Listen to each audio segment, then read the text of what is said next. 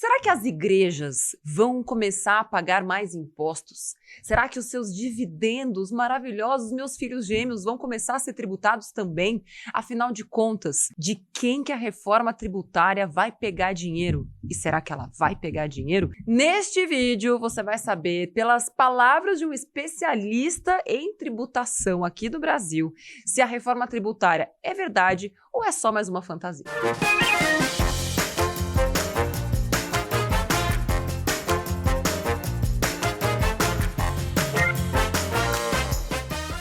Para que esse vídeo chegue em mais pessoas, é importante que você dê seu like, faz um comentário, coloca o teu ponto de vista, você é a favor, você é contra, você quer que tudo se exploda, está cansado de pagar imposto, ou não tem uma solução, comenta aqui que a gente quer saber. Quantas reformas você já fez na sua casa? Reforma? É. Cara, na verdade, uma. Uma? É, ela só não terminou ainda, já tem acho que 6 anos. Tem uma reforma aqui no Brasil que não termina também, acho que já faz algumas décadas. E é sobre isso que a gente vai falar hoje. E quem vai falar sobre este assunto conosco é o maravilhoso, espetacular, incrível Francisco Gomes Júnior! Yeah! Grande Francisco! Bom dia, pessoal, tudo bem? E aí, Francisco? Francisco, advogado, especialista em direito digital, direito tributário. Francisco, a sua chegada a este programa, ela é quase uma inspiração divina. Obrigada. Tomara que seja. Pelo seu tempo, porque assim, nós estamos assim ansiosos. Será que agora, Francisco, a reforma vem? Não. eu não quero ser pessimista, mas eu acho que há uma grande chance de naufragar, como já naufragou 5 ou 6 vezes nos últimos 5 ou 6 governos. Quer dizer, cada governo que chega, a pauta é reforma tributária é a prioridade. Sei. Assim como a reforma administrativa é a prioridade e outras política. reformas. Nada acontece depois desse período. Por que não acontece? Porque para você fazer uma reforma tributária, você mexe na Constituição, né? Ou seja, imposto, tributo, aquilo que a gente vai pagar, está escrito na Constituição, que é a grande lei do país. Sim. Para eu mexer na Constituição, eu preciso que 3/5 de deputados e senadores aprovem. Ou seja, o governo precisa ter uma base de aprovação no Congresso Nacional que hoje ainda ele não tem e os últimos governos não conseguiram ter. E o que é essa base? Essa base significa o seguinte: eu quero fazer uma reforma tributária, como diz esse governo, aumentando a carga tributária daqueles que podem pagar e diminuindo dos que não podem. Aí eu vou mexer com um monte de lobby. E aí é que tem acontecido nos últimos governos o puxadinho. O puxadinho é, não, então vamos só mudar uma alíquota aqui, vamos aumentar um pouco ali e fica nesse vai, não vai. Quem são os intocáveis da reforma tributária? Digamos, setores da economia ou de fora da economia que até hoje ficaram meio que blindados e são aqueles que normalmente falam, epa, daqui para lá não. Veja, é comum em qualquer Senado, Câmara dos Deputados no mundo inteiro você ter interesses de várias categorias. As categorias mais bem organizadas defendem melhor esse interesse do que outras que não estão organizadas. Que Isso bom, né? É o óbvio, né? Sim. E no Brasil você tem lobbies que são montados basicamente para defender alguns interesses de algumas classes que não querem o final de imunidade tributária, que não querem que se acabe com subsídios. Aliás, eu nunca sei se é subsídio ou subsídio. Acredito que os dois estão corretos, mas podemos checar. Eu falo subsídio por causa do subsolo. Mas... Faz sentido. Faz sentido. Então, na realidade, você tem... Quando a gente fala, vamos acabar com privilégios, eu estou falando, vamos acabar com renúncia fiscal, vamos acabar com imunidade tributária. E aí, quem goza dessa imunidade, quem tem essa imunidade, não quer que acabe, né? O que é uma coisa natural, quer dizer, você não quer pagar mais. Então eu vou elencar aqui alguns grupos, por exemplo. Quem tem imunidade tributária no Brasil? Templos e igrejas. Templos e igrejas. Aliás, por quê? De onde vem? Então, Qual é, resumidamente, qual é a história? É porque, teoricamente, eles estão fornecendo Teoricamente, tudo que diz respeito a um aspecto cultural e de formação do indivíduo teria imunidade. Por isso que, por exemplo, livro tem imunidade. Escolas? Tá? Escolas, boa parte das escolas tem imunidade. Agora, a religião, que entrou nesse aspecto, ela poderia ter imunidade. O grande problema é o seguinte: o que você coloca dentro do patrimônio da igreja?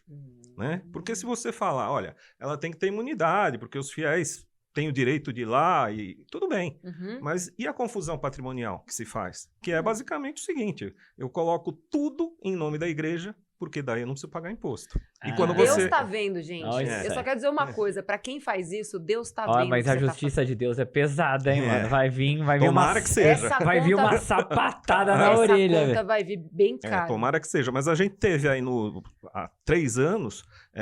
1 bilhão, se apurou que era 1 bilhão a dívida das principais igrejas por conta dessa confusão patrimonial que é, eu pego a casa de um representante religioso, ponho o nome da igreja. Caramba. Ele não paga imposto. Então, o rombo era 1 bilhão só nessas maiores igrejas. E o ex-presidente aprovou uma anistia, né?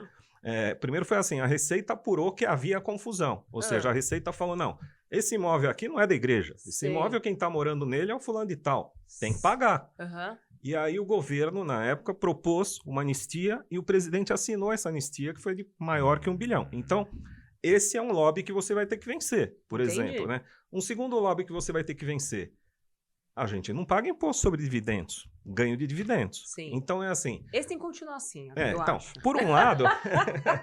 Então, pode continuar, Francisco, por Posso favor. continuar? Não, eu tô Não. fazendo bem o papel aqui de quem não quer mexer nos próprios É óbvio. privilégios. É verdade. É o Porque seu isso, lobby. você que tá do outro lado aí fala, não, eu não quero ter que ser tributado pelo dividendo. Esse é aquele momento em que a gente aplica a tal da cidadania, né? Não, mas não só isso. Tributar dividendos tem uma discussão, porque Sim. quem investe também está ajudando o país, também está gerando Com riqueza. certeza. Sim. Então, você também vai tributá-lo, coisa que hoje não é feita. Uhum. Só que tem um argumento que diz o seguinte, a maioria dos países do mundo tributa dividendos, né? A Europa inteira tributa dividendos. Essa pode ser uma saída, vão querer tributar dividendos. Então, essa é uma segunda categoria, Sei tá? que também não quer que mexa. Também não quer que mexa. Ganhos militares. Boas partes dos ganhos militares não são tributados também. Como assim? Como assim? Quem recebe salário tem uma carga de imposto de 33%, quando você soma todos o os impostos. indivíduo, entendi. Sei. Eles não têm o desconto integral na folha de pagamento do mesmo tipo de imposto que você paga. Eles têm alguns benefícios, alguns subsídios, né? Tudo Qual que é a i- carga média? Tudo Tem isso, ideia? a deles é mais ou menos metade da nossa, né? Ok. E eles tiveram reajustes, principalmente no último governo, bastante grandes, quer dizer, foram reajustes bem acima da inflação, né? Então, também é uma outra categoria. Então, quando eu digo Sem falar assim, as pensões eternas, de uma mente sem lembrança. sem falar as pensões, as viúvas, Aham, filhas. e aí você sabe que tem... Viúva Vai tem longe. até uma curiosidade, né? Vamos Porque falar da curiosidade da viúva. se você casar novamente, você deixa de ser viúva e, portanto, você perderia a pensão. Sei, não é? nunca mais casaram. Então nunca mais casa. Quer Olha dizer, só. você vai morar junto, mas não casa. E continua declarando que você está viúva, né? Quer dizer, então você tem uma série, por exemplo, o governo tem falado o seguinte, vamos correr atrás de tudo que está perdido por aí e começar a arrecadar. Uhum. Né?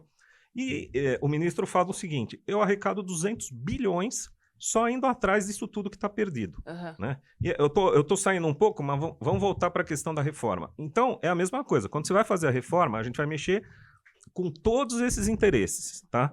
Agora, fora esses interesses, você imagina o seguinte, você é governador, Uhum. vão mexer no seu ICMS.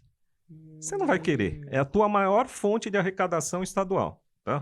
Você é prefeito, vão mexer no seu IPTU. Então, você veja o seguinte, no final das contas, naquela coisa de cada um quer preservar um pouco o seu, você está fechado. Ninguém anda com isso. Quer dizer, a bancada, por exemplo, de deputados de um estado, ela ouve a orientação do governador. Uhum. O governador vai dizer o seguinte, peraí, eu ganho 25% de ICMS, 25% do faturamento.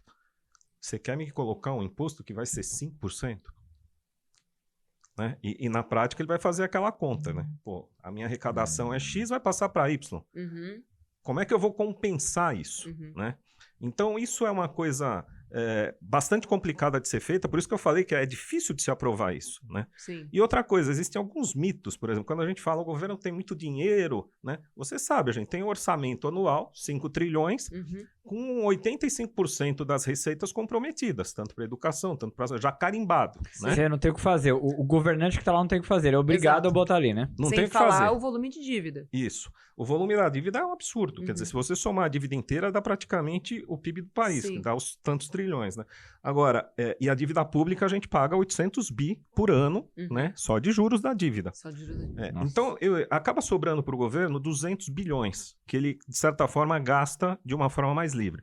Só que 40 desses 200, o tal orçamento secreto, ou as emendas parlamentares, já está consumindo. O que sobra para a população? Então, por isso que o governo diz o seguinte, eu preciso arrecadar mais 200 de algum lugar, e o jeito de eu arrecadar é fazer o seguinte, eu vou ter que tirar essa imunidade, esses benefícios de quem tem esse benefício, e aí eu somo 200. Aí a gente vai cair no próximo problema, que é aquele problema o seguinte, eu vou tirar desses 200 sem eu vou conseguir taxando importação.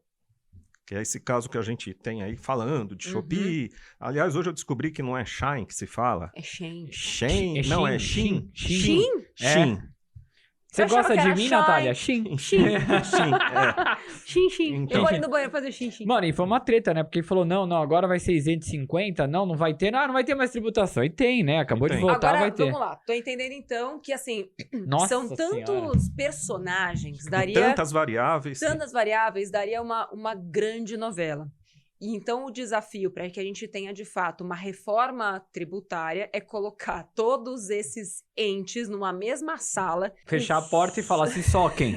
Dar um suco de, sei lá, realidade em todos eles, trazê-los para a mesma página, tentar redistribuir esses privilégios de maneira que todo mundo saia de lá feliz. E aí sim a gente conseguiria ter uma reforma. Ou seja, é impossível. É quase impossível, principalmente pelo seguinte, quem conduz isso, quem apresenta o projeto de reforma é a União, é o governo federal, né? Que é o principal interessado em não ter reforma, porque você veja bem... Quê? Veja bem, a gente... E acho que eu vou no banheiro. Socorro! Dá licença! Para o mundo que eu quero descer. Porque veja bem, a gente vive aonde? Nossa. Num município, a gente mora no município, Sim. município de São Paulo. Então é assim, é natural que o município arrecade e gaste, porque são coisas que estão no nosso dia a dia. O asfalto, a rua, tudo que diz respeito a gente. Quando não está no município, a gente entende que tem uma parte que vai para o Estado. Por quê? Porque as crianças estão em colégio estadual, Sim. a saúde, tem uma série de coisas estaduais. E por que tem tanto que vai para a União? A União não está presente na nossa vida. Não. A União... ela é uma máquina.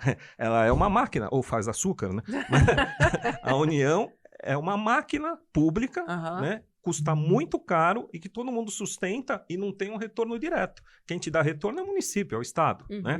E eu não estou aqui fazendo política ou criticando o governo A ou B, quer dizer, qualquer união. O que você está dizendo é o seguinte, é como se eu tivesse dentro da minha empresa a área administrativa financeira, que quer a maior parte dos gastos da companhia. Não, eu não tô fazendo nada de que...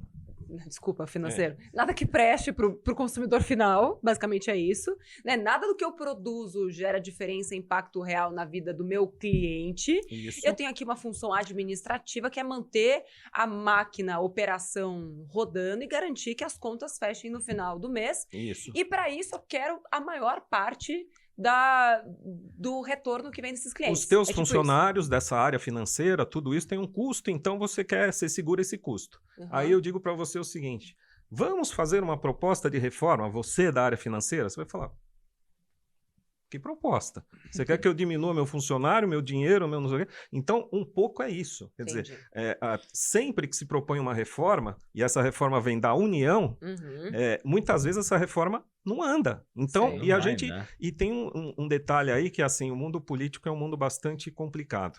Ah, Porque... não tá dando pra perceber, sabia?